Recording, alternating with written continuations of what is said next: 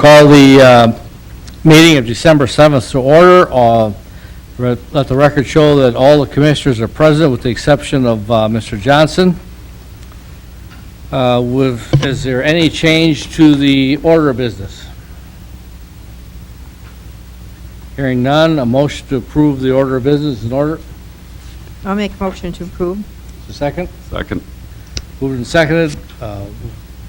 All in favor signify by saying aye. Aye. Opposed, same sign. Motion carried. All right, we'll move on to the consent agenda. We had a question about one of the items on the consent agenda. It's item B. We'd like a little greater explanation of the snowblower issue.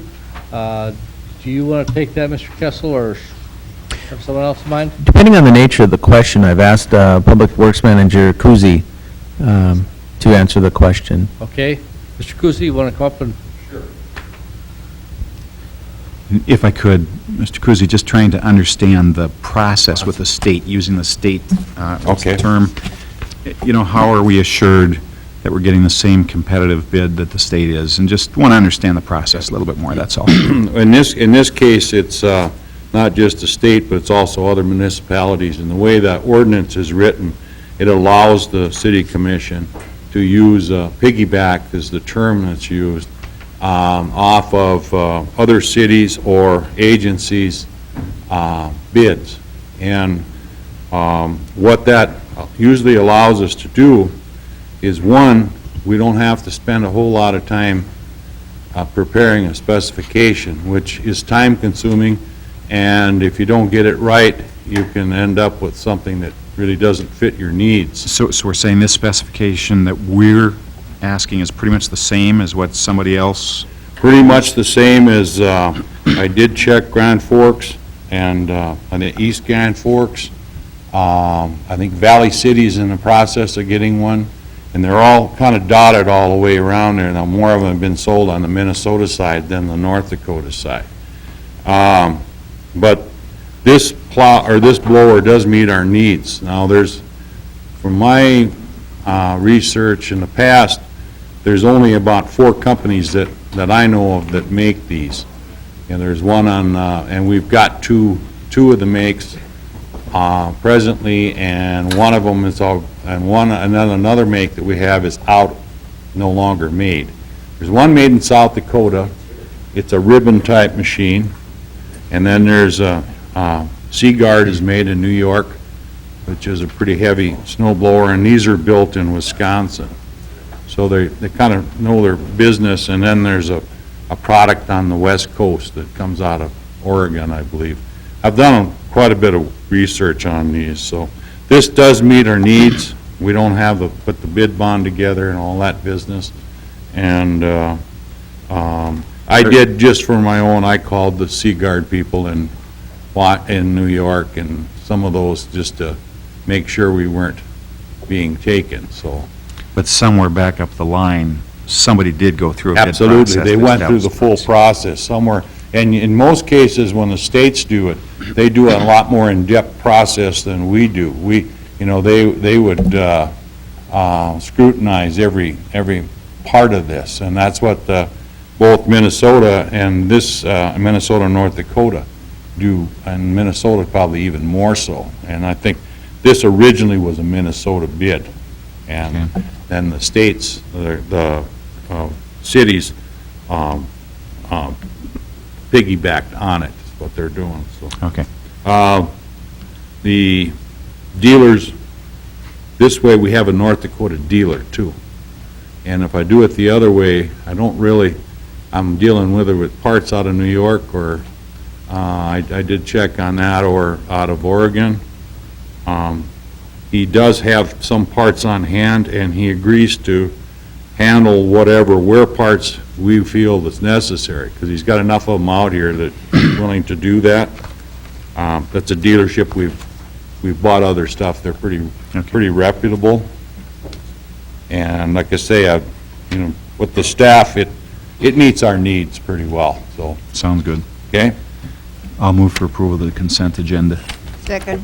Okay, motion and second to approve the consent agenda. We'll vote on it. Mr. Jackson? Aye. Mrs. Dukart? Aye. Mr. Steiner? Aye. Chair votes aye, motion carried. Thank you. Okay, we'll move to the general or the non-timetable agenda. The first item is the October financial report. Vice President, Commissioners, I'd like to highlight a few items from the financial report through October. We do have some slides as well. We'll begin with the monthly fund cash balance report. The balance in our general fund is $3.3 million at the end of October, which is $56,000 or 1.7% more than last year at this time. And the West River Community Center Major Maintenance Reserve has decreased $90,000 due to pool drain replacement, gym floor repairs, and seal coating the parking lot. This is the first year that expenditures have been made from this reserve.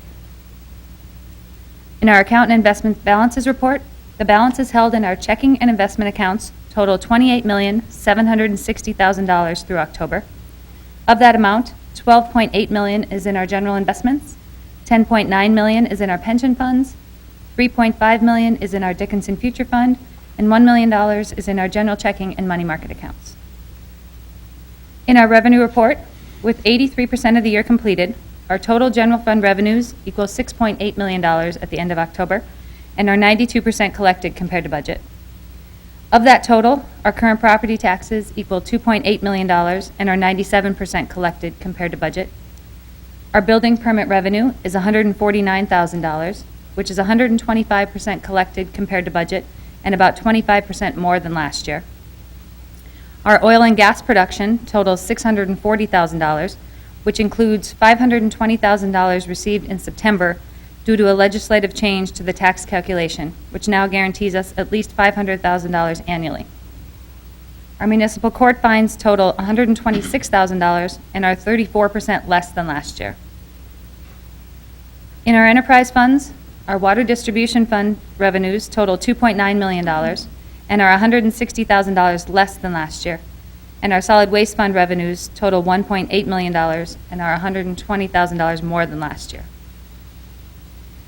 In our expenditure and capital outlay report, our total general fund expenditures equal $6.4 million through October, and were 85% expended compared to budget. And our enterprise fund expenses together totaled $4.3 million through October, and were 87% expended compared to budget. In our additional report section, our sales tax schedule shows we received $246,000 of 1% sales tax revenue and $123,000 of 0.5% sales tax revenue in October, which is up 1.5% over last year at this time. In our sales tax breakdown, in the 1% sales tax fund, we have paid out $463,000 in job creation and senior program subsidies and $1 million toward the Badlands Activity Center through October. And in the 0.5% sales tax, we have paid out $828,000 toward the West River Community Center bond. In our hospitality and occupancy tax breakdown, we have paid out $988,000 from the hospitality tax, which includes $800,000 to the BAC, and $177,000 from the occupancy tax through October. And our street projects breakdown report shows that we have expended $1.4 million towards street, sidewalks, and trail projects through October. Those are some of the highlights of the financial report through October. Are there any questions? Any commissioners have any questions for the financial report? Hearing none, thank you very much. Okay, we'll move on to the streetlight utility. President, you do need a motion to accept the financial report. We need a motion to accept the financial report. I'll move. Second. Okay, we got a motion, Mr. Jackson, second by Mrs. Dukart. Any discussion? Hearing none, we'll vote. Mr. Jackson? Aye. Mrs. Dukart? Aye. Mr. Steiner? Aye. Chair votes aye, motion carried. Thank you. Okay, now the streetlight utility issue. Mr. Kessel? Thank you, Chairman Frenzel. The streetlight utility is the second reading and final passage if the commission sees fit. It will set up the streetlight utility, which moves some of our property tax expenses to the utility bill. It then provides more of a taxpayer base. 30% of property in Dickinson is non-taxed, or not property taxed. So the idea is to spread and therefore lower the expenses to all property holders in the city of Dickinson. It is unchanged from the first reading, so we would recommend a second reading this evening. Okay, does anybody have any questions relative to the utility? Is there someone who would like to enter a motion? I'll make a motion to approve the ordinance number 1376. Okay, is there a second? Second. Second. Discussion? All right, we'll vote. Mrs. Dukart? Aye. Mr. Steiner? Aye. Mrs. Jackson? Aye. The chair votes aye, motion carried. Okay, the streetlight utility fee schedule, item C. Is there explanation coming from where? You bet. I'll take that one on again, and Attorney Colling can correct any of my errors. The streetlight utility fee schedule is the implementation of the streetlight utility. It's the application, I should say, of how those fundings would be derived. It is based on the water meter size of all property within the city of Dickinson. The thought process was most residential homes will have a $2 utility fee based upon the traditional water meter size, and the average commercial property will have about a $10 monthly fee based on an average water meter size for commercial. It does vary, so the largest water meter will have a slightly higher amount than that $10 a month, and but it all is based on that water meter size. So the fee schedule will then be used and implemented to collect the streetlight utility. Okay. Does anybody have any questions for Mr. Kissel? Mr. Vice Chair, Yes. I have a question. It shows wells here, and I just want to clarify that if you have a well, and obviously you aren't hooking your well up to the house, you aren't being charged for a well and a water line, are you? Correct. Just one $2 charge? Just the utility that you're getting public water from. Yes. Okay, thank you. Okay, any other questions? For the benefit of the public, we have an estimate of how many will fall in that $2 category, what percentage of our utility bills? I'll make a guess, and I'll ask Public Works Manager Rapp to correct me if I'm wrong, but in the residential side, the vast majority, 95% or more, are going to fall in that $2 range. Now, Public Works Manager Rapp or Kuzi, would you disagree with that statement? Okay. Okay, just for the public, we have a fee schedule ranging from $2 to $50, but sounds like almost all will fall in the $2 category. That is correct. Okay. Okay, any other questions? Is there a motion to approve the resolution? Also move. Okay, Mr. Second. Jackson, Mr. Steiner is seconded. Further discussion? We'll vote. Mr. Jackson? Aye. Mr. Steiner? Aye. Mrs. Dukart? Aye. Chair votes aye, motion carried. Okay, I think we've got just a couple minutes before we have a timetable. The liquor license renewals, Mr. Kessler, you want to take that one too? I will. The liquor license renewals represents, the list that's before you represents all of the liquor license holders who have made application and paid the fee so that they can be awarded a liquor license. You'll notice there's a variety of licenses that are offered in the city of Dickinson. The only non-returning license that we have not received is from JD's Barbecue. We do expect that to be presented at the next commission meeting in December. But the police department makes a review to make sure that all applicants are abiding by our ordinances, and by their presence of their name on that list, that means that they are being recommended for approval this evening. Okay. Any questions relative to the liquor license renewals, or is there a motion to approve motion to approve the license? They can all be done at one time, is that correct? All the applications? Yes. I just have one question, Mr. Yes. President. JD's did, from the notes that I got from you, they did pay the money, but they didn't fill out the application. Am I correct? That is correct. Their application was received today, much much after the Thursday deadline for agenda application. Okay, I'll make a motion then to approve. To approve the list. All right, we've got a motion to approve. Is there a second? I'll second. Second. Discussion? We had 2 or 3 of these businesses in here a couple months ago that we were asking some special action. That's all been taken care of. That was all satisfied. We did meet with them and a couple others. We had a representative from each of the major classes come in and discuss our ordinances. There was a good discussion. We also included some people from Community Action as well. I have no recommendation for you based on that meeting yet, but it may be forthcoming in the future. But for now, we're satisfied that people are following up and. Correct. Okay. We've got a motion and a second. We'll vote. Mr. Jackson? Aye. Mrs. Dukart? Aye. Mr. Steiner? Aye. Chair votes aye, motion carried. We'll move on to the timetable agenda. The first application we've got, or the first item we've got is an application for an oil well drilling permit. Mr. Kessler, you going to take the lead on this one, too? We have an application from Armstrong. They are present this evening, and the application itself was reviewed by the Energy Committee, and actually, Engineer Soren can probably take it from there. Soren? Yes, we did receive this application. We did go through the Energy Committee for this well, which is located in the northeast quarter of Section 18. As you may remember, a few months back, earlier in the summer, there was an application in for an oil well south of the golf course. This one is a little bit farther to the west, but in the same general area southwest of the golf course.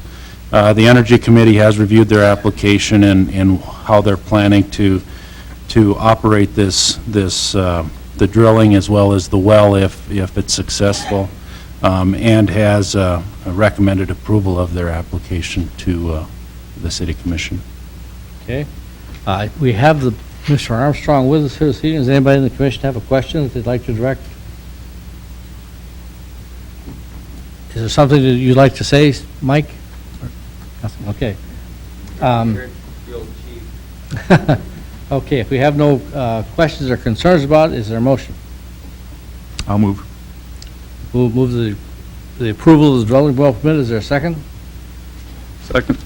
Second, discussion? We will vote. Mr. Jackson? Aye. Mr. Steiner? Aye. Mrs. Dukart? Aye.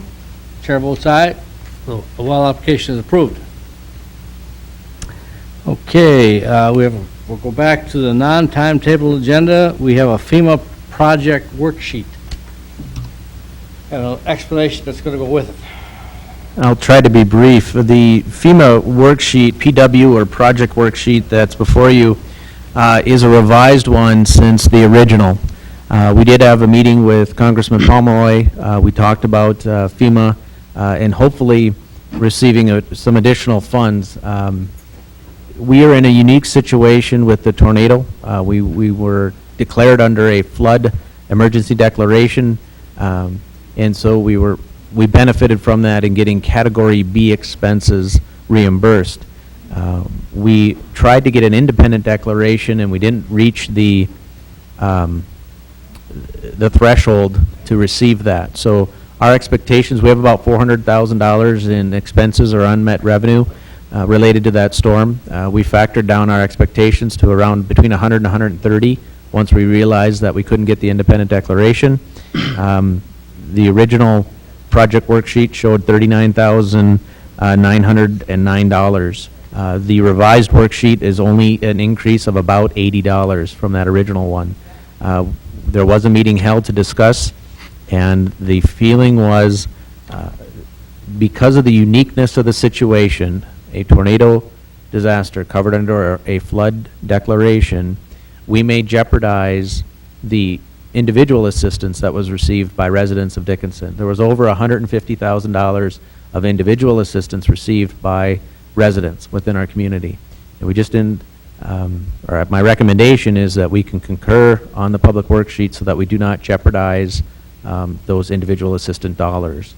By concurring, we forego our appellant rights, And if we would appeal, there is the possibility that they could throw out all of our claim and the IA claims. So my recommendation this evening is that we concur with the revised PW worksheet that's been presented and included in your packet. Okay, are there any questions from commissioners relative to this issue? Hearing none, what are your wishes? I'll move, we approve it. Second. Okay, we've got a motion and a second to approve it. Discussion? Hearing none, we'll vote. Mr. Jackson? Aye. Mrs. Dukart? Aye. Mr. Steiner? All right, Chair votes aye, motion carried. Okay, we'll move on into public safety. We have a safer grant application. Chief Seevark. Commissioners, this is just to inform you of a grant process that we're going through, an application that we would like to make. Through the 2010 budgeting process, Mr. Kessel and I began discussions on the need for the fire department to look at additional full-time staff as the city continues to grow, and the pressures that that puts on our ability to maintain pace with the growing community, and weighing that against what the community can afford to do. We have before us a funding source, a possibility of a funding source through the SAFER grant, Staffing for Adequate Firefighters and Emergency Response Personnel. It's a federal grant program. If we were successful in obtaining funding for a position, and that's what we're putting in for, is for one position, the salary and benefit package for that individual would be fully picked up for 2 years. The third year would be 100% the responsibility of the city. It's a very competitive grant process, and as with most of these, the amount of requests coming in far outpaces the amount of available money. However, we do feel it's worth our time to apply, to make application for this, and give it a try. So that's, it's just give you a heads up that we have recognized, as the city continues to grow, that we must consider at some future time, if not now, additional full-time staff. Here's an opportunity for us to address the funding of that. It's on our doorstep now, and we're going to go ahead and make that application and pursue that and see if we can get one of these. So that's it in a nutshell. To further explain, what'll happen is the grant would pay the salary and benefits for the first 2 years. Yes. So let's just say it's $50,000 a year. Mhm. So we get $100,000, but in the agreement, we've got to agree to pay the third year.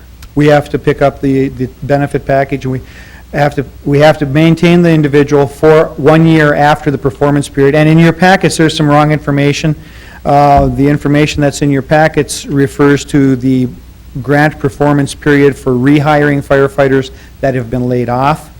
For a new hire, the grant performance period is a 2-year period of time, not 4 years like you have in your information, with the stipulation that the community hires or keeps that individual on for 1 full year after the performance period of the grant ends. Okay. Any questions? Any other questions for Mr. Seevark? If we are, I was just going to ask him to talk about the focus of that position. There's about 4 areas of focus that they would like to see, and one of those fit well within ours. Right. The main thrust of the positions need to be for fire response. Their main title, their main thrust needs to be a responding firefighter. However, they can be used in other means, a chief officer, a safety officer, a training officer, or a fire inspector. We've always prided ourselves in Dickinson on having an aggressive fire prevention and public education program. It's one of the reasons that we truly believe we're able to maintain a volunteer fire department as a viable option for our community. One of the areas Mr. Kessel and I have recognized and have discussed is the ability to hang on to that aggressive fire prevention program. It's getting away from us. The community is outpacing us. We need to have someone else in the field in the fire inspection aspect of things. And we would be able to utilize this position, not fully, not 100%, but a portion of this person's position can be dedicated to code enforcement. And that would work very well in a need that we have recognized, that we see that we have to address in the immediate future. Okay. Do we have any questions for Mr. Seabark? I would expect that if we're successful in this grant application and hire this person, that 3 years from now, we'll probably want to continue with that position. That would be our hopes, yes. And are we feeling budget-wise that we can do that? In other words, it would seem that, the grant sounds great, but we're probably leading ourselves into a long-term position here if we approve this. Yes, and that would, I believe that the answer to that, from my perspective, the answer to that is yes. From the city's perspective, of course, we surely and truly hope that that is the case we find ourselves in. The need is there, whether the grant is before us or not, and then I've brought the need up already with the 2010 budget process. But you're exactly correct, Commissioner Jackson. At the end of the 2-year period, the 3rd year would be up to the city to take care of that. It would be my hope and my belief that the city's position would be that that's just fine, that fits and everything will be all right with that. I know that's a ways out, but have we looked at the 4th, 5th, and 6th year? Because I expect we'll want to keep this person. Are we comfortable with that? Commissioner Jackson, there was a lot of discussion between Chief Seebach, Engineer Soren, and I related to a inspector or inspections within our community. It is an area, it was probably the last thing discussed and cut from the budget presentation that we made to the City Commission. So it was definitely heavily contemplated by all three of us and those 2 departments specifically. The hope and desire is that this position would help relieve some of the inspection stress from the engineering department as well. So we see it as a partnership for building inspections and fire inspections, and that's why it would be, assuming that our growth continues, an excellent fit, because we would anticipate with the continued growth, that position to be in the budget in 2011 or 2012, at least the request to be made by to the commission for it. So it seems appropriate to have a 2-year reprieve from salary for a position that we truly desired and wanted. Can you talk just briefly about the other inspection activities that this would assist with? Who would do that? Maybe it might not be this person? The discussions entailed how a partnership could be created between the engineering and building inspections and fire inspections.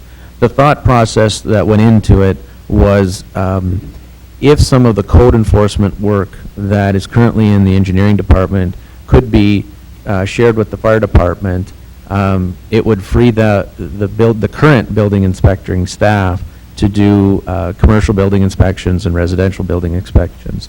It would also then allow the fire department staff, the new person, at least, half-time or better to do fire inspections or other related duties.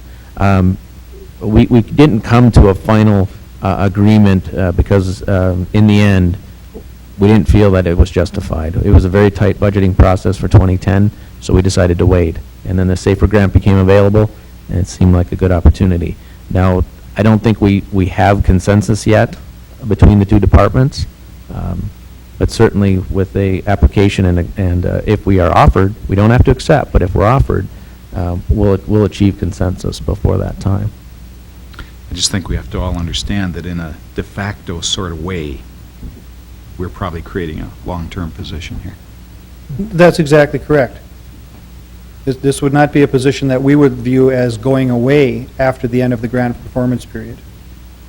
It would be a position that we would have. The main thrust of the position, again, is fire suppression and response.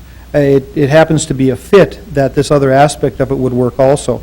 One of the things that we look at in the fire prevention and response aspect of it is our ability to respond. In a community the size of Dickinson's, federal guidelines and recognized standards of good practice indicate that for a structure fire, a general alarm fire as we would call it, we should have 15 firefighters on scene within 9 minutes of receiving the alarm. Based on our data and an analysis of our data, we should be able to do that 80% of the time. We are just barely holding on to that 80% of the time as we speak right now, based on analysis of the past 3 years of response times for our department. One of the reasons for that is, although we have an extremely dedicated group of volunteer firefighters, as you know, and you've heard me say many times before, daytime response becomes difficult. When they're at their jobs, and a lot of times those jobs today are energy-related jobs that take them out of town and put them on the road, it becomes difficult for us to get that response. We have a great group of people, and we have a good, strong core group that still enables us to do that. As the community grows, and as job situations don't change and remain energy-based, that's going to become more and more of an issue for us also, to be able to maintain that response. That addresses this position, this grant also addresses that aspect of what we're looking at. But to answer the question that I think is out there, is this a position that we'd be looking at having go away after a period of time? No, it's not. It's not. It's a position we'd want to keep. Okay, any questions for Chief Seedock? Just have one, have you used the new truck yet? We have actually, although it's not even officially in service, it has responded to its first call. Okay, I saw it in the parade, so, very nice. Thank you. Okay, any other questions, comments? Do you want to approve the request that the application, we need to approve the request, or could you? It was just a report this evening. If we are granted a safer grant, that is the opportunity then for the commission to say, no, we don't want to do this, we've thought better. You will have that chance or opportunity at that time. Okay, Thank you. in which case, we'll go back to the timetable agenda. We have a 5:40. It's the audit review and the ID Bailey report. Commissioners, my name is Misty Thompson, and I am an audit manager at Eide Bailey. I believe all of you have a bound copy of the audit report in front of you, so I'm just going to highlight some of the information, and I'll take any questions after that. Page number 2 is just our audit report, explains what we do, how we audit, and then what the results are. And I should tell you, too, there's actually 2 bound reports, and I'm actually in the big one right now. Okay. Anyway, so we audited the financial statements of the City of Dickinson for the year ended December 31, 2008. We did this in accordance with auditing standards generally accepted in the United States of America and standards applicable to financial audits in government auditing standards. The third paragraph is the results of our audit, and that states, in our opinion, the financial statements referred to above present fairly in all material respects the respective financial position of the City of Dickinson as of December 31, 2008. So in other words, that's a clean opinion. It's the best opinion you can get. So I'll just kind of take you to page 13. This is just a summary of net assets, so citywide assets. I'll just highlight total assets. They're about a third way down the page. At the end of 2008, they were approximately $66 million, which is up about 2.4 from December 31, 2007. Your total liabilities were approximately $6.6 million at the end of 2008, and those were down approximately $940,000 from December 31, 2007. And total net assets, which is down at the bottom of the page, were approximately $59 million as of December 31, 2008. And that's up about $3.3 million from December 31, 2007. Then we'll take you back to all the way back to page 66, which is our comments as a result of our audit for December 31, 2008. We had 3 findings for our audit. The first one is a recording of transaction finding. This is basically just telling you that we did detect audit adjustments during our audit. Those material audit adjustments were posted and corrected by management, so those were reflected in the financial statements. The second finding, preparation of financial statements. Basically, all this is As auditors, we are requested to draft the city financial statements, which includes the footnotes. And this is our communication to you, letting you know that we did aid in that function of drafting the financial statements. The third finding is on the next page, page 67. It's a lack of segregation of duties comment. This comment is just notifying you that although the city has segregated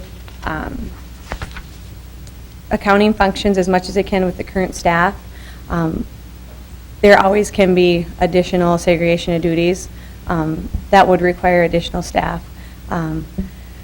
So at this time, you know, it's always a cost-benefit analysis as commissioners that you would want to evaluate that comment. And then the only other thing I want to point out is actually in the other bound report that you have. It's our management letter. And this report is our communication to the board. The only thing I'm going to point out in here is on page 2 of that document, the audit adjustments that we did detect are all listed there if you'd like to see what adjustments that we detected during our audit.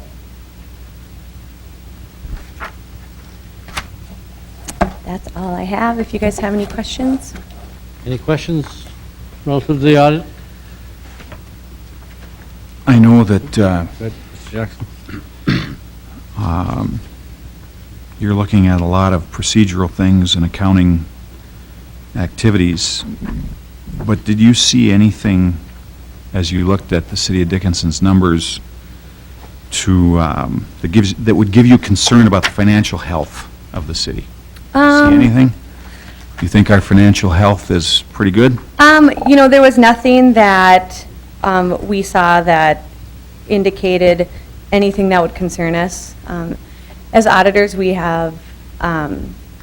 also have standards that if we would have concern that an entity would not be able to survive for the next 12 months, that would have to be reported to you. So we did not report that to you.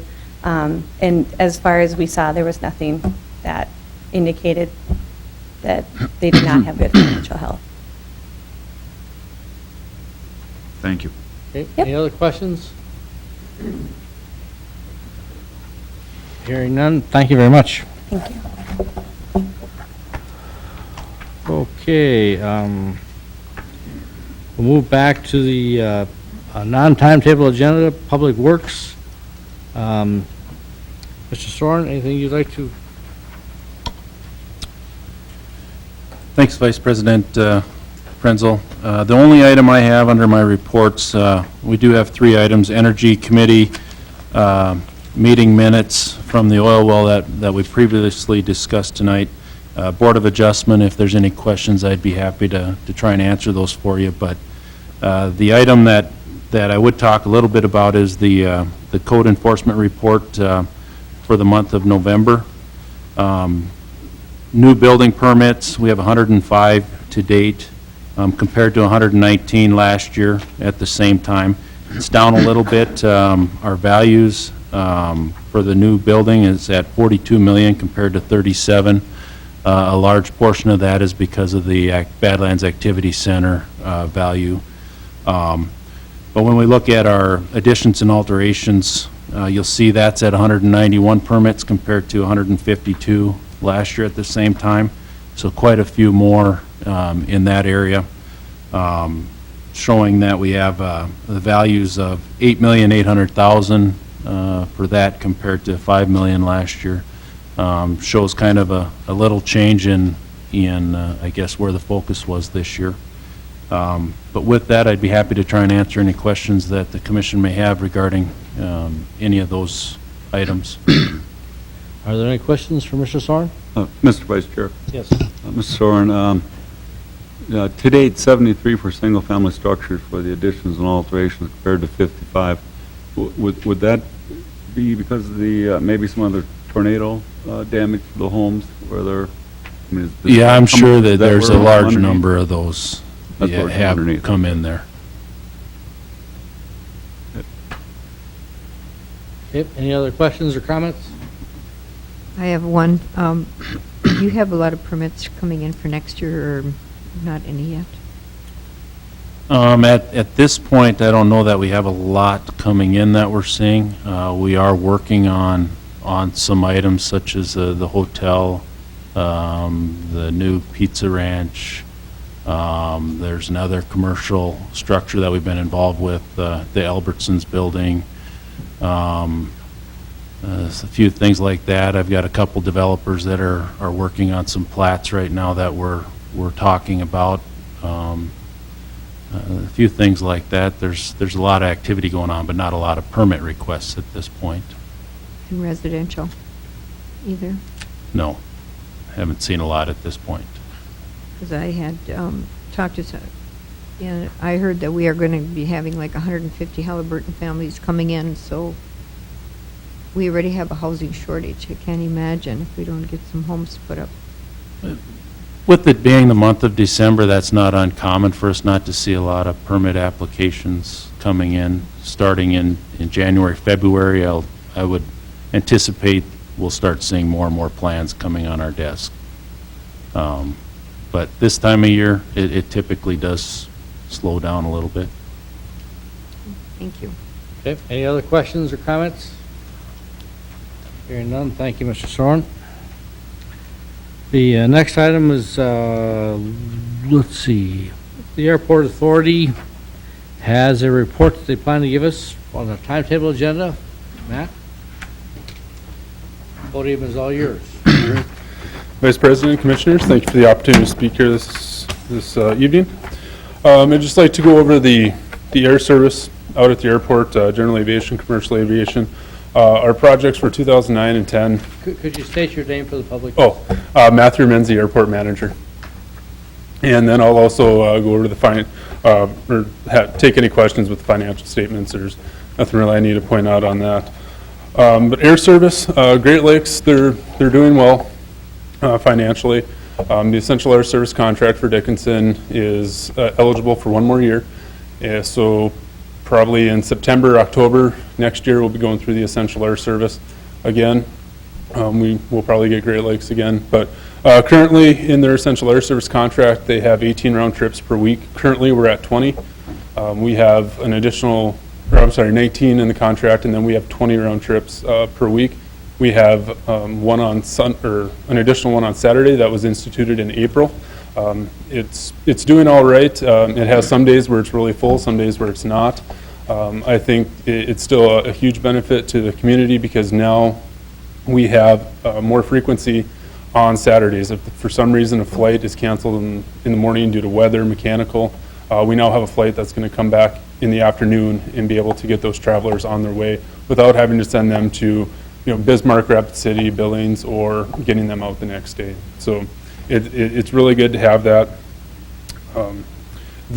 I've enclosed their numbers for the year. November's numbers were not completely in. I did get the employment number, which is the real important one. We had 822 employments in November. That was a record November. We were up 17% from November 2008. And overall, we're at 8,090 passengers emplaned. Right now, they're predicting through their forecasts about 1,000 passengers in December, which would be a record month in the history of the airport. So numbers continue to climb. We're starting to see the oil activity again. And I think we're creating a lot of awareness too, where we're just as competitive as Bismarck as far as price. Reliability might be a little bit of a question, but we are well within $50 to $100 of Bismarck on most of their flights down to Denver with United. So that's great to hear. The one thing I do want to point out on this report, it does show 178 cancellations for the year, which is up a lot from last year.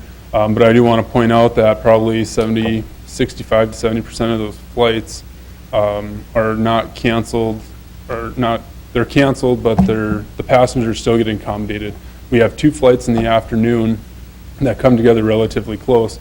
And what Great Lakes does, if they have some type of delay because there's weather in Denver or mechanical issue in Denver, what they'll do is they'll try to call those passengers out beforehand and try to get them on an earlier flight, or try to get them on before the plane goes up to our upline partner in either Williston or Sydney, and then they can go direct to Denver from there. And they call that an overfly, and since the plane's not landing, they have to classify it as a canceled flight. I just wanted to bring that to your attention because those passengers are getting accommodated, and Great Lakes is working to make sure they get to their destination on time. So I just wanted to bring that up. I also want to talk a little bit about the Chuck Howell's visit on November 18th. He and Mary Osborne from Great Lakes were in Dickinson to talk with the constituents of local businesses. I believe the hospital, Dennis Cannon, was there. I thought it was a very informative session. It had a lot of answers to some of the questions that many of the community has. One, for instance, is the reliability issue with the Great Lakes that's going on right now. They answered that question very well. Great Lakes had 4 competitors go out of business in the beginning of 2008, which left 37 essential air service routes open. Of those 37, Great Lakes got 22 of them. And that put a strain on their aircraft, put a strain on the company as a whole. And it started affecting towns like Dickinson, Williston, that they've been serving for many years.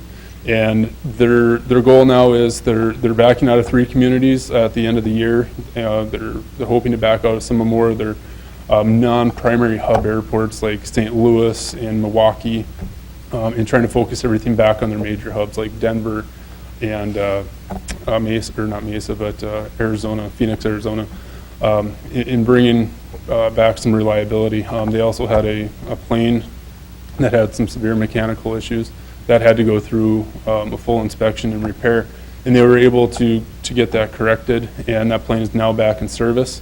It was one of the EMB 120s, which serves Dickinson, so that's why we were seeing they were trying to run their route system that's based on 6 aircraft with 5 aircraft. It just wasn't working out, and it was constant reliability issues. So their idea of growing now is actually shrinking their company and being able to come back to the communities that really rely on and have been their customers for a very long time. So that was good news to hear with them. General aviation out at Dickinson is doing very well. It's been very steady. We've been tracking the operations out at the airport. They've been very steady throughout the year. We had a very good hunting season again.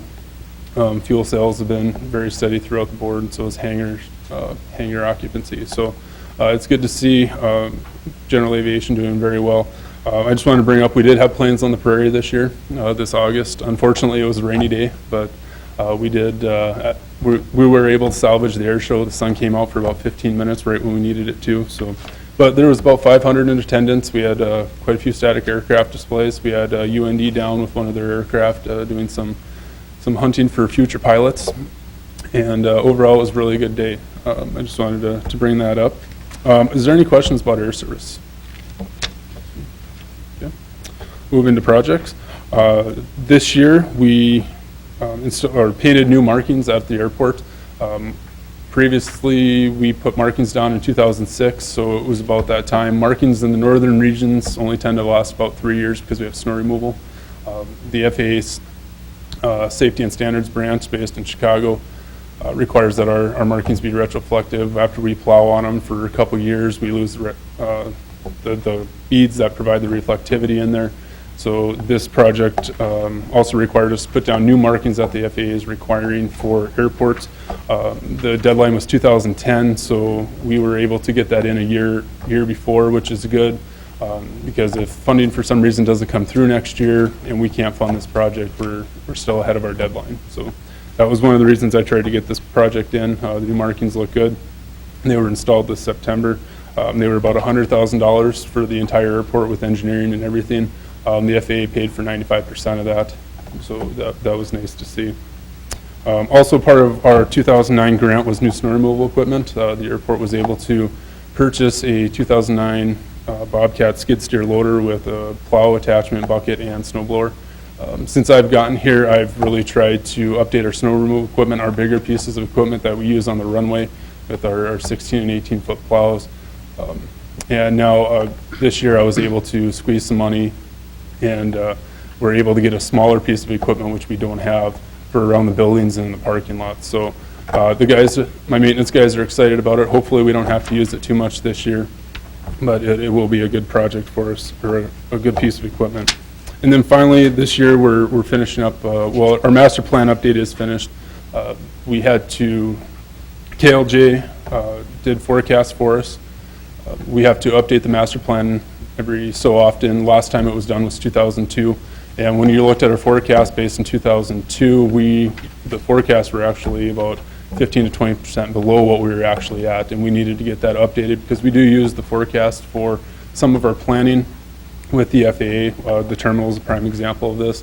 We can now go to those forecasts and say, this is why we're building a terminal this big. We don't want to have to add on to it every year. And our forecasts are showing this. So that's why we have our master plan updated. And also part of that master plan was a non-aeronautical land use release. The FAA basically requires that any operation on the airport be aeronautical use. And what we'd like to do is put an industrial park on the south side of the airport. That's been the board's goal for a couple years, and KLJ has undertaken that. There's about a 40-page policy on how you apply for that, and KLJ has done it before, in the past, and now they're doing that for us. We will hopefully be submitting that early next year. There has to, as part of the application to the FAA, there needs to be some type of feasibility study done. Currently, KLJ here in Dickinson is doing a feasibility study on industrial parks around the Dickinson area, and that feasibility study will help us with our application to the FAA.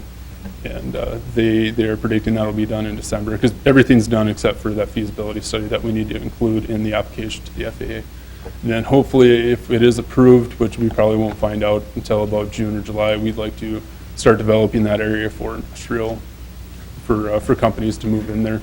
Our hope is to have companies that have an aeronautical need, such as they own their own aircraft and they can actually have a spot that is right next to the taxiway, so they can build their ramp away from the taxiway and then build a hangar in their company headquarters right there. That is our hope, and but there will also be lots available for companies that don't have an aeronautical need and just would like to be situated close to the airport for the convenience of it. Now, in 2010, Project 24, our grant, is going to be the terminal expansion. We have phased that terminal expansion down. When it originally came out, it was about $2 million. It was basically the terminal that met the future needs of the airport for the next 20 years. We just, ultimately, we couldn't afford it right away, and we phased the project down into to 2 phases. In the packet, you can see, I'm sorry I didn't get you guys colored copies, but you can see that the darker areas on the outside are actually the Phase 2 additions. And tomorrow at my board meeting, I will be recommending approval to move into design development. Our architects say they need about 140 days to get the project complete and ready for bid, which will be perfect because right now the FAA is estimating that their grant cycle will be ready in June. So if we can bid it out in May and then be able to write our grant in June, it's just a very good time frame for us. The funding, right now, the Phase 1 is approximately $1.2 million. $850,000 of that is through the FAA with federal funds. We're anticipating $50,000 from the county, and then $300,000 from the State Aeronautics Commission to help with the remaining costs. And then the airport is going to be investing $100,000 of its own reserves into the project to cover the 2.5 or the 5% share of the federally funded portion. My airport authority, we're very excited about this. If you've been at the airport recently and had a busy flight, you know how congested it is in the sterile area. This project is needed very much, and the top priorities were the ones they really focused on with the Phase 1 design. And those priorities were the sterile area and when you come in for ticketing. Right now, we have more than 15 people on a flight. It's just so congested in there, and it's just tough to move around. So we're going to be very excited to break ground on this summer. And then also next year we'll be doing the design of a snow removal storage building. Right now we have 2 loaders and a truck and Bobcat and 3 tractors and an ops vehicle in a very small area. And the FAA is going to fund the design of that. And then my intent is there's a stimulus bill that may be coming out in 2010. If we can get it designed early enough and then get the stimulus bill to help pay for that, that may be a project we can do in 2010 as well. If not, we do have it on our capital improvement plan for 2011. And then the financial statements, the one thing I wanted to point out on the financial statements is the airport we are doing very well out there. We are going to be investing about $100,000 of our own money in the terminal. We feel that's appropriate. That's something that we can easily afford to do. And another thing I'd just like to point out is the airport is now investing.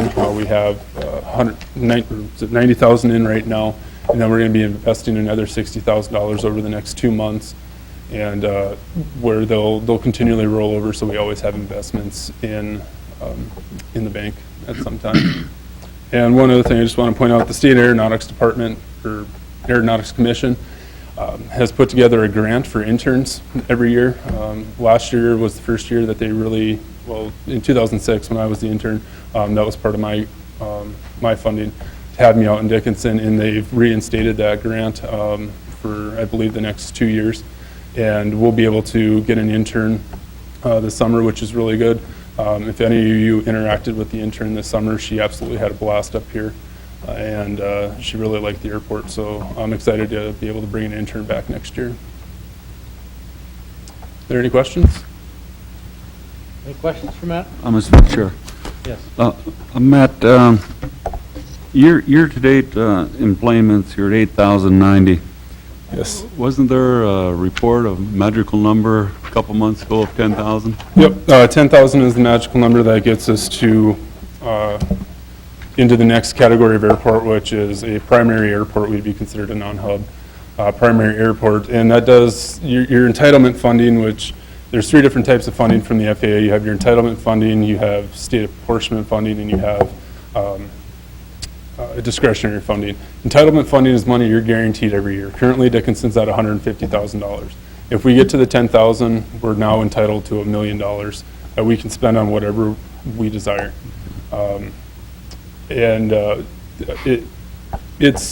It'll be nice to get there, but at the same time, there's going to be some other things that we're going to have to deal with when we get there. One of them is we'll now lose the ability to get state apportionment funding, which right now funds a lot of our projects. State apportionment funded our Bobcat this year, and it funded all our projects this year because we saved our entitlements for the terminal in 2010. So there are some other problems, I wouldn't say problems, but items that are going to have to come up. Currently, the markings, which were funded with state apportionment, was also funded because I proved that we had an economic hardship by receiving tax money. Well, when you move into the primary non-hub airport, that is no longer eligible for us. You have to be just a commercial service airport. So it'll be nice to get there because yes, you have the $1 million, but there's certain restrictions on it, and you just have to be able to work around those because $1 million is a lot, and we could basically take projects for the next 2 years and combine them into 1 year. So you could end up 1,000 short this year? We're probably going to be about 1,000 short just using commercial employments. We're tracking charter. We just don't have the amount of charter that we need here. Last year we had 8,839 commercial and plane passengers, but we ended up with 9,139 total employments because there was approximately 330 charter employments, and following my records, I'm expecting to have approximately 300 to 400 charters again this year. So we'll end up right around 9,400 for this year. So next year you could make it? Next year, it sounds like with the oil activity and everything, it should be a very good year. Last year too, I mean, we had, if you look, March and April were both down. We had a full week of canceled flights due to the storms in March and April, and that hurt our numbers a lot. We figured it out. We lost about 120 passengers at the end of March That would have put us actually above where we were for March 2008. Weather plays a big role with the airline. and Yeah. Unfortunately, we just didn't have good weather that week. Yeah, thank you. All right, Okay, any other questions for Matt? all right, thank you. Hearing none? Thanks, Matt. Thank you very much. Okay, we'll move on to the 6:10 timetable agenda. We have a purchase agreement on some lots in Country Oak Estates. We got, you can take that, Mr. Kitson? I certainly can, Vice President Frenzel. The real estate purchase agreement that you have before you is a full-price offer for some lots, as was mentioned, in Country Oaks Estates. All of these lots border the street, or proposed street, that exists in that area. There would be some construction related. What it does is it firms up the location of that street, hence we're satisfied with the purchase price. We are recommending approval this evening, and actually Engineer Soren can probably speak more to the effects that it has on the street in that location. Soren? Just a couple comments. The street that he's referring to is currently, even though it's not a curb and gutter section, it is being used by, I believe it's an Able Home back in the area, so it's in place. This purchase agreement is for the lots on both sides of that street. The reason it's in front of you is it's part of a stipulation on these purchases that they buy 20 acres. In looking at this area with the water and sewer that we have in place, with the lots that he's proposing to purchase being on both sides of the street through that area, we felt that the 20 acres wasn't necessarily as important as it is in some of the other, because the street is pretty well set with the water and sewer lines already in place and needing to go at that location.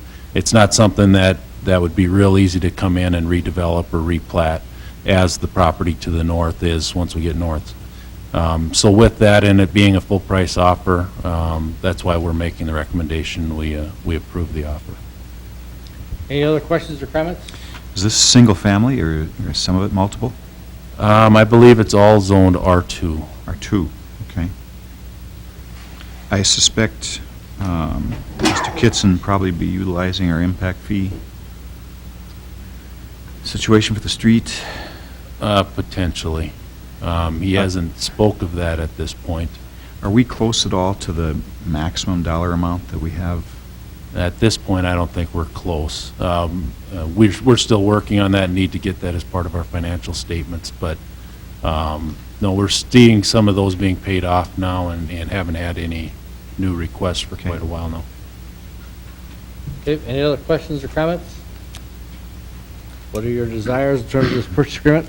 I'll make a motion to approve the purchase agreement. Okay, is there a second? I'll second. Second. Discussion? We'll vote. Mrs. Dukart? Aye. Mr. Jackson? Aye. Mr. Steiner? Aye. Chair votes aye. Motion carried. Okay, we'll move on to Public Works. Is that where we're at? Request qualification, Public Works Maintenance. Okay, 7A.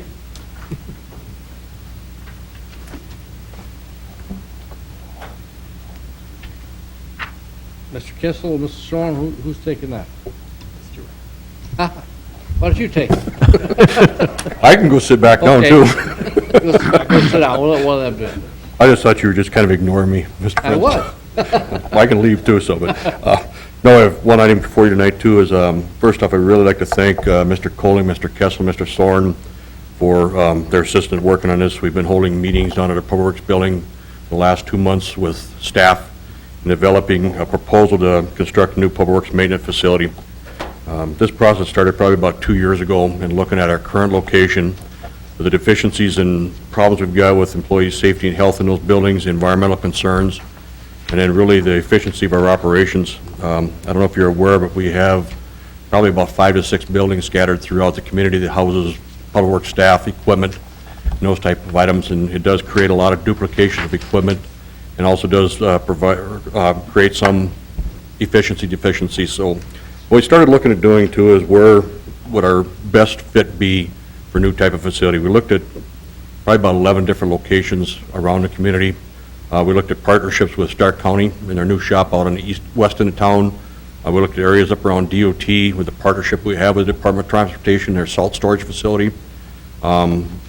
We've included Parks and Rec in this. We've looked at cooperation with the National Guard in common areas that we could use in this facility to make it more economical and more efficient.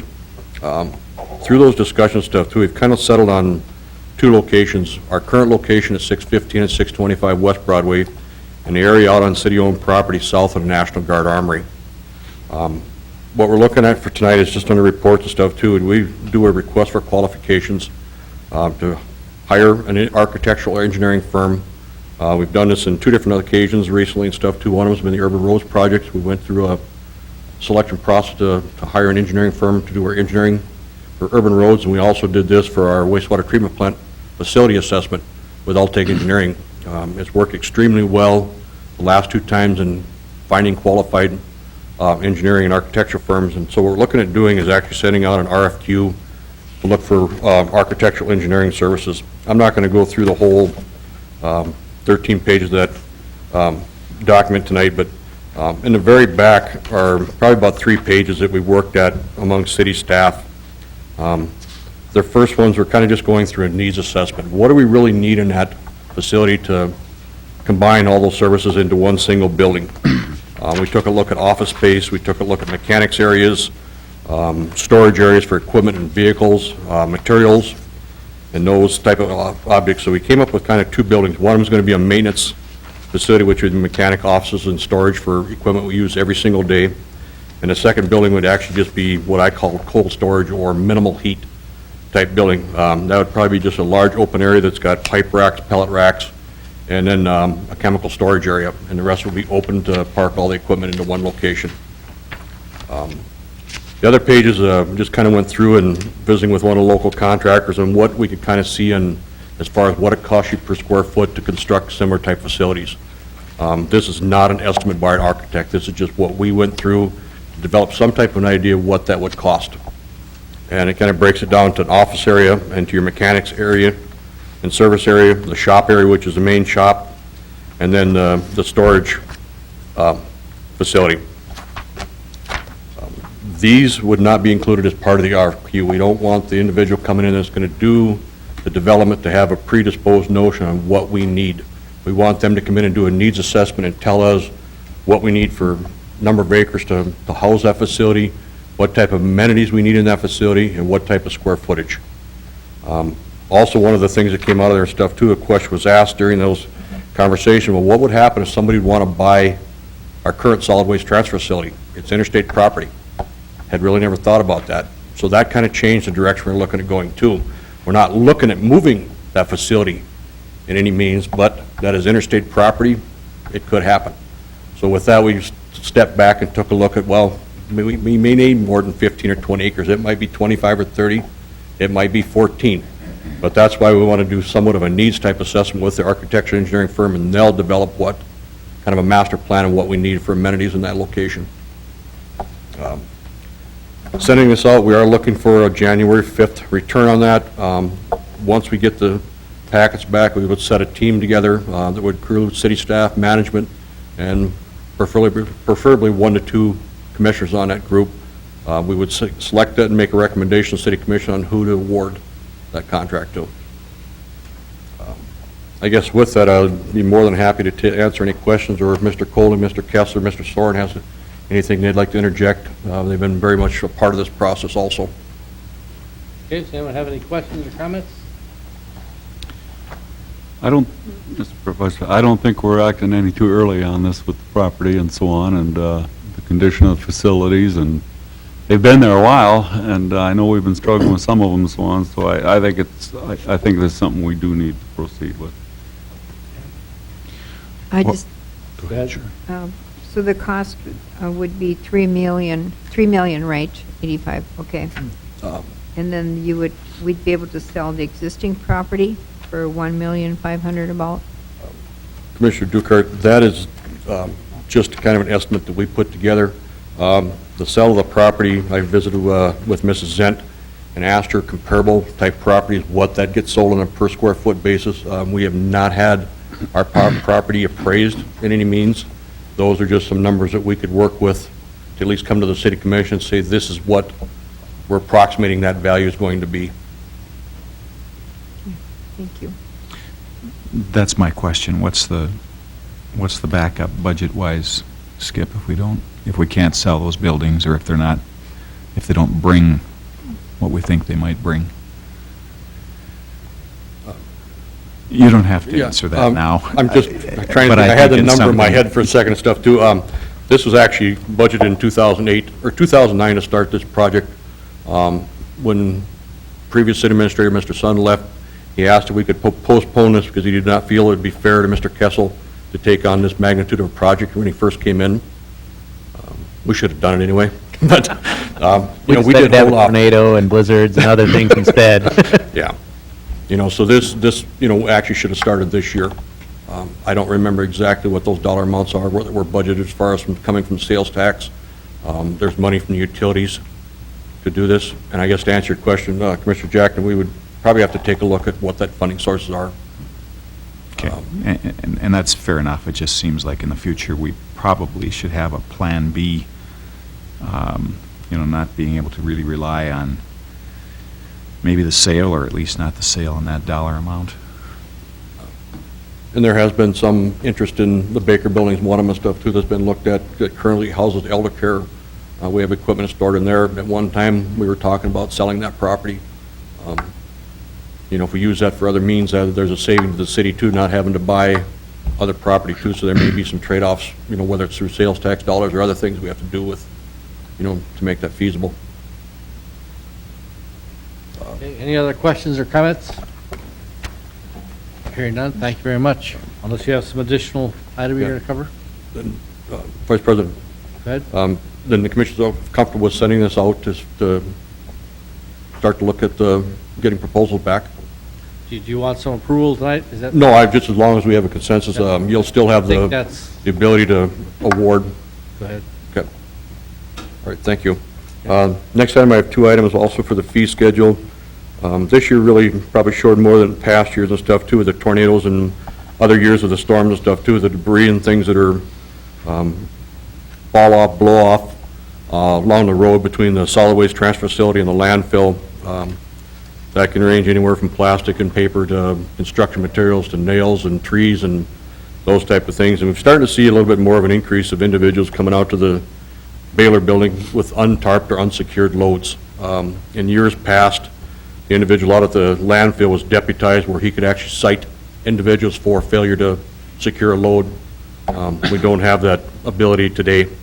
And our thoughts were to look at a fee if somebody comes out to the Baylor building that does not have a load that's tarped or secured, and charge them an administrative fee. It does increase our cost for staff to go out and clean up those roadways. Mr. Kuzy in the past has hired individuals to go out and clean those areas up, so we have a cost in doing that. And also, too, to be somewhat of a good neighbor and a good steward of the land along that road, that we're looking at implementing a fee for untarped and unsecured loads. A pickup would be $35, a trailer that's over 16 feet in length would be a $50 charge, and then a truck would be $75. And then we would actually have tarps on hand and then require them to tarp that load. Mr. Soren is also a property owner out in that area, and visiting with him, he thinks it's a good idea, I would have but he's a to- little biased. I would have to agree, because I did have complaints about people picking up nails, and suggestion was charging a fee. And if you drive out there, I have to give a lot of credit to the solid waste staff for what they do out there. I mean, that's a large area to keep cleaned up, and without a doubt, there are paper and things out there that do blow off and stuff too, but they do keep that area as clean as what can possibly be done out there. The other item that's not related is fee schedule stuff too. We are going to be sending a letter to the contractors. We're starting to have some situations too where they're coming out with construction loads where they've got the paper and plastic mixed into those large type items. The comment we got when we first talked to them, well, just figure out what you want to add on to it, we'll just pass it on, and they're just going to keep on doing it. So we're just going to start to refuse those loads, and they have to separate those materials out of that construction material when they bring them out to the Baylor building. But that won't be part of the fee schedule. The next item we've got is stuff too, visiting with Mary Mass with the Southwest Water Authority.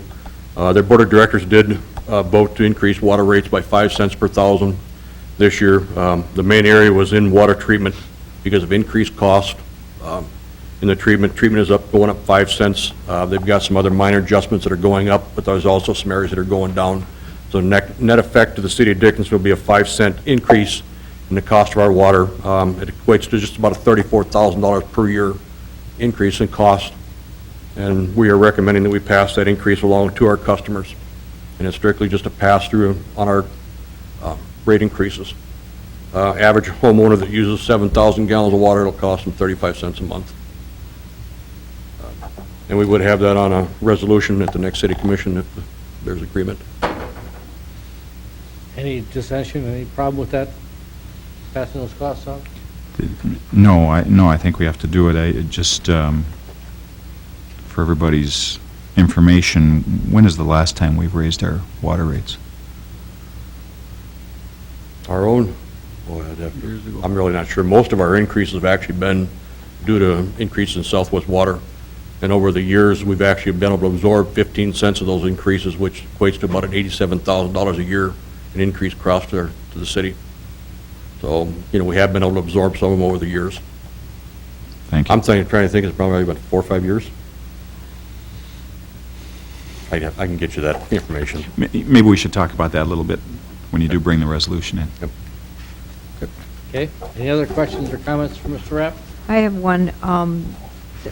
What we're using right now temporarily, that landfill out by St. Joseph Cemetery, south of the rural fire training station, is that going to be a permanent thing? Yep. Commissioner Dukert, we are going to apply to renew that permit, to have that as an option during storms and stuff like that. I believe 75% of that landfill has been covered and closed already. That's required by state requirements. So in the future, that landfill could be reopened and reused for some type of storm event. The amount of material that's hauled out there saves a huge amount of life on our current landfill, especially for construction-type materials and inert waste that goes out there. Okay, because I know Mr. Soren is working with some buyers on the property that's for sale out there, and that was one of their major concerns about, is that going to be opened again and how often? Okay. Thank you. Okay, any other questions or comments for Mr. Rapp? Thank you. Okay, thank you. Okay, we'll move into city administration. City administrator's report. Mr. Kessel. Thank you, Vice President Frenzel. The first item that I have is a transit building update. The state of North Dakota, through its Department of Transportation, has issued us a MOU, or Memorandum of Understanding. They would like us to sign that MOU, and I'd like to point a few things out in a report format this evening. The first thing is that the city of Dickinson would own the building once construction is complete. It is a DOT project until that building is turned over to the city, meaning they will engage the architect, they will let the bids, they will be the project manager, and so forth. We would need to make sure that we secure land for that building to be built upon, hence the purchase agreement for Stark Development as my item number 2. We have been in discussions with Stark Development to reacquire land that we provided to them back in 1999. The purchase agreement, which was part of your materials this evening, includes a cost that would reimburse Stark Development for the taxes they've paid since they've owned that land since 1999. So that would fulfill our first land acquisition requirement. We would be required to still get 2 independent appraisals of that property. So that piece would still need to happen. Under facility design and construction, I'd like to point out that 20% of the engineering costs would have to be covered locally. They have engaged an architect at this time. They're actually designing several of these buildings. Minot and Williston, I believe, are also receiving transit buildings. They expect that expense will equate to between $20,000 and $25,000, possibly $30,000 for that 20% cost share. I have asked if the land could be an in lieu of, and they have denied that request. So it would have to actually be cash that we would have to remit to them. The other thing I'd like to point out is under item 2 there, City of Dickinson will, is number 3. They are providing $1.1 million for this structure. That includes engineering and the cost of the building itself. If there are cost overruns in the design, or that we have asked for, that would exceed $1.1 million, the City of Dickinson would be responsible for covering those costs. I have met with Colleen Radikowski, the elder care executive. We've reviewed this memorandum of understanding.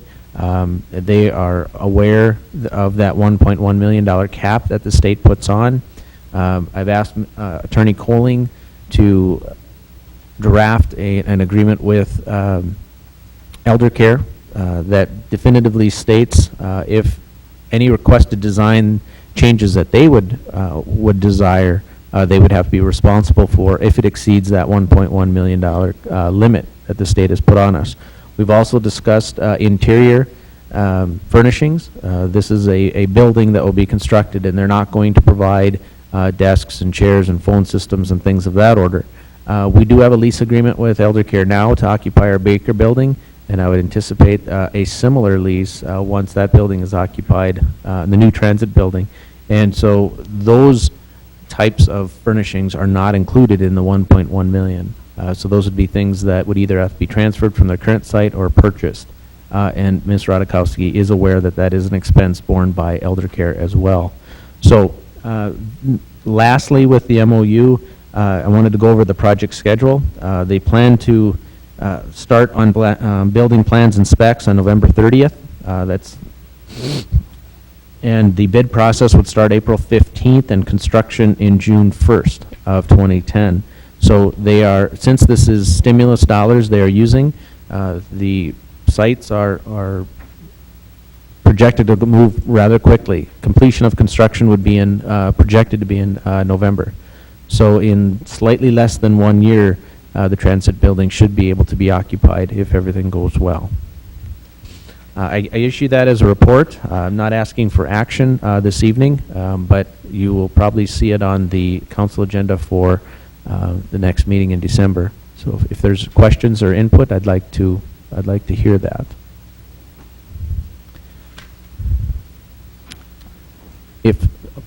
Commissioner Jackson? I assume you've contemplated the possibility of retrofitting one of these buildings we want to sell to act as a transit building. I suppose it's a timing issue. It's a timing issue and it's a location issue. The location on the south side was not deemed, we actually did a site survey that included about a dozen places. Commissioner Dukart was part of that process, and that was one of the buildings that we entertained. And you are right about timing, but it's also, doesn't allow us to access routes as well as we anticipate this site would. Is this proposed site set up on 26th? We also entertained the opposite, maybe, of that, of having the Public Works building be attached or adjacent to this site. And again, because that structure is industrial in nature, it wasn't felt that that location would be appropriate. Okay, any other questions, comments? Okay. Go ahead. The next item is that purchase agreement I mentioned before. If there's any questions regarding that, I'd like to entertain those as well. I have spoke with Mr. Baker, who would love to be here this evening, but he is in Chicago. This is, to my understanding, has not been presented to the Stark Development Board in terms of the purchase agreement, but they are aware that this is land that the city is interested in acquiring for the transit building. And there's been no objections to date regarding that. So I believe that will move through Stark Development side. The next item that I have then is just an awareness. The Dickinson State University has asked the State Board of Higher Education for a policy amendment, and that amendment is related to the use of alcohol at the Badlands Activity Center. We've enclosed the request that DSU has made. Essentially, it means that there will be no alcohol at any high school activities that will be held in that facility. The intent is that there will also not be alcohol allowed at college school-related events either. That would be up to the DSU president to make that decision. And there would be alcoholic beverages allowed at non-school-related events and non-college-related events, things like weddings, receptions, family reunions, things of that nature. This has been presented to the State Board of Higher Education, and I don't have a final disposition for you. I'm not sure if they took action or not. I will report at an ensuing commission meeting to let you know if and what action was taken. The last item that I have then is West River Community Center financial assistance for 2009. In your packet is a list of 3 different lists. The first is a major maintenance and repair list. Because the sales tax funding is available to that facility, we've set aside about $100,000 each year from 0.5% sales tax money to accommodate expenses such as these. This is the first year that the Park Board has made a request. The request totals $45,770.44 for the major repairs and maintenance that they've identified throughout the 2009 operating year. The next list is for cardio equipment. They intend to replace equipment about every 4 years. So this expense is something that we expect that this request would be made annually to cover this expense, because in that 4-year period, they'll replace those equipment and engage in another lease. So they're requesting that the city use sales tax funding to cover this expense as well. And then the last is a capital improvement. They have completed the construction of soccer fields. They're just simply waiting for grass to grow, is my understanding. And I shouldn't call them just soccer fields. Flag football and other activities will also be held on those sites.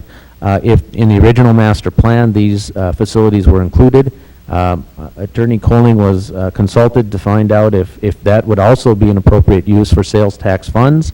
And if I can say so, he did agree that that would be a proper use of sales tax funds.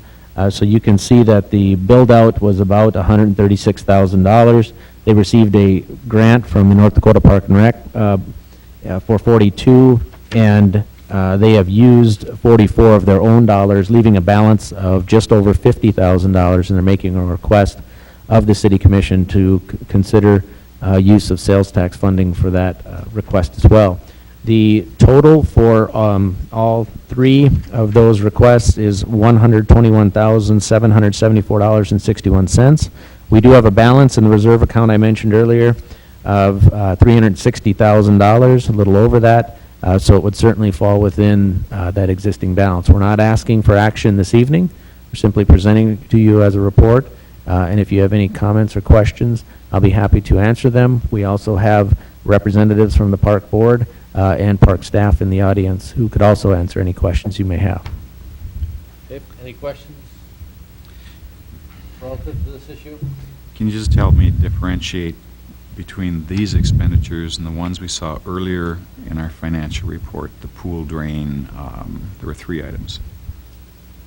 There was a pool drain, there was a floor that needed repairs, and the third is escaping me right now. But you're right, there were 3 different items. Those repairs were made earlier this year. It's for the parking lot. Resurfacing the parking lot was the third item. This review, or this request, was done at the end of the fiscal year in order to summarize all of their expenses. It would conclude any requests for 2009. The others were anticipated, so to speak. They bid them out. I guess the cardio was anticipated as well, and the soccer fields. But they weren't sure if the soccer fields could even be covered, expenses with sales tax funding. We received that clarification and hence a request. So I hope I answered that. If not, like I say, we do have park board personnel present. I'm still not clear where the dollars are coming from. Oh, the 0.5% sales tax dollars? But what we heard earlier in the meeting too, also the half percent? Yes.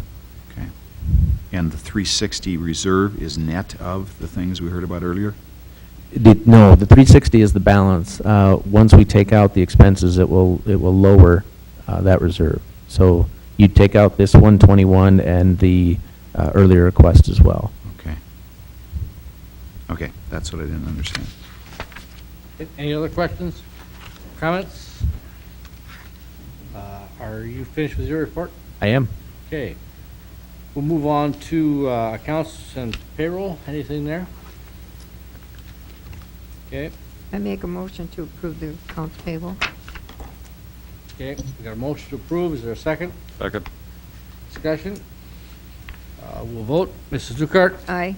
Mr. Steiner? Aye. Mr. Jackson? Aye. Chair votes aye. Motion carried. We'll move on to number 10, and I believe that Sean is going to give us a reminder. As is tradition, the city administrator's performance evaluation will be completed at our next city commission meeting. If you've not turned in your performance review to President Johnson, he would appreciate that by Monday if you can. And alls I ask is that you be gentle. Okay. If anyone doesn't have it, I think Mr. Johnson will he has additional copies and he could get them out to them. Okay, is there any commissioners' reports? Anything of public concern, not on our agenda that the public would like to bring to us tonight? Hearing none, motion to adjourn is in order. So moved.